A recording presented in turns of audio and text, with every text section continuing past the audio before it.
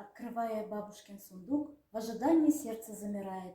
На мгновение, позабыв все вдруг, окунуться в старое желает. Бабушкин сундук – это предмет, который связывает нас с прошлым, с молодостью наших мам, пап, бабушек и дедушек. Он пришел к нам из вчерашнего дня, и это своеобразная связывающая нить между поколениями. Хотя современные люди считают, что традиции, обычаи, старые предметы в нашей жизни уже не нужны. Старые сундуки в наших домах сменили шкафы, стенки, шифонеры и другие предметы быта. Для чего же нужен был сундук нашим предкам? Чтобы узнать об этом, мы обратились к различным источникам, к энциклопедиям, книгам, интернету, и узнали, что слово «сундук», «сандук» имеет арабское происхождение, а в русских письменных источниках он появляется лишь с XVI века. Сундуки были сделаны из плоских, прибитых друг к другу плашек, и делались они из различных пород дерева, из дуба, ясена, ели, сосны, кедра. В нашу жизнь они пришли с Востока. Восточные люди, арабы, египтяне, персы, ассирийцы до позднего времени пользовались сундуками вместо шкафов. В России сундук оставался главной мебелью до XIX века. Сундуки были очень распространены и в народе имели различные названия. Их называли ларцами или коробами, шкатулками и укладками, скрынями и ковчежцами. Отличались они друг от друга размерами, цветами и из какого порода дерева они были сделаны. А в бабушкиных сундуках слагали даже стихотворения. Чем же пахнет бабушкин сундук? Теплотой ее любимых рук, гвоздикой, тмином, имбирем, а диковинок-то в нем. Откроем бабушкин сундук и посмотрим, что же в нем хранится.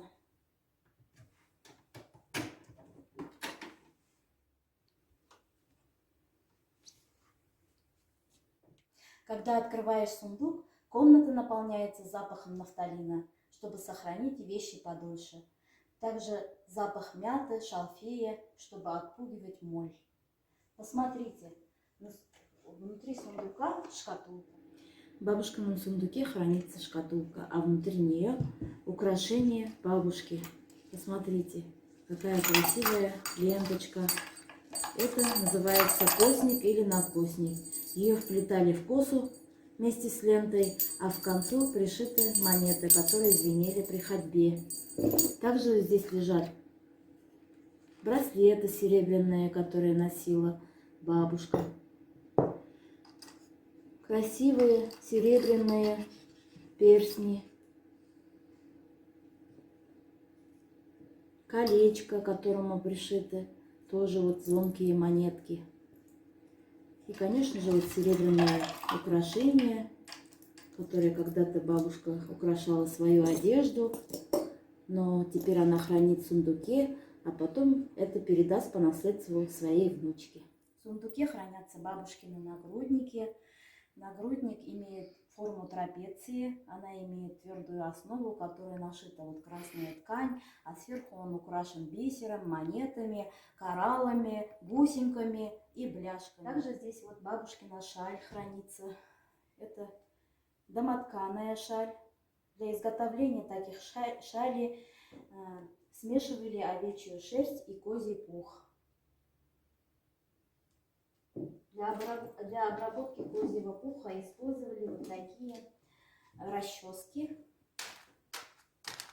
которые имеют металлические зубчики, вот видите. У нас хранятся красивые домотканные полотенца, имеющие ромбические узоры.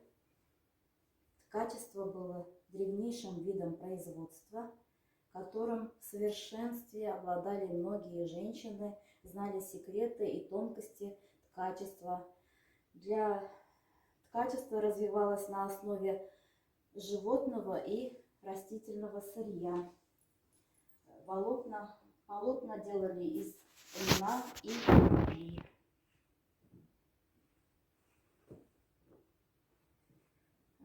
Полотенцами украшали дома, вешали их около умывальников.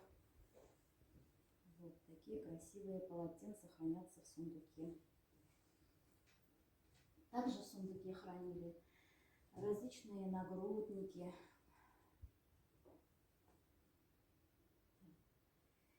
платки. Бабушки хранили свои красивые платки, которыми они ходили в гости, одевали их по праздникам.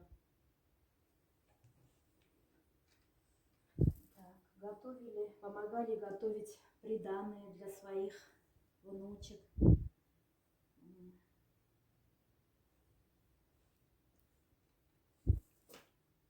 Скатерти тоже вот такие были. Одежда. Все это хранится, конечно же, в сундуке.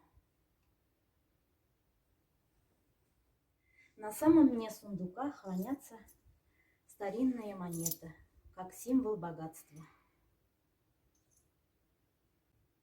И, конечно же, в уголочке бабушки в узелочке хранили конфеты, гостинцы для своих любимых внуков и внучат, которых они с удовольствием угощали.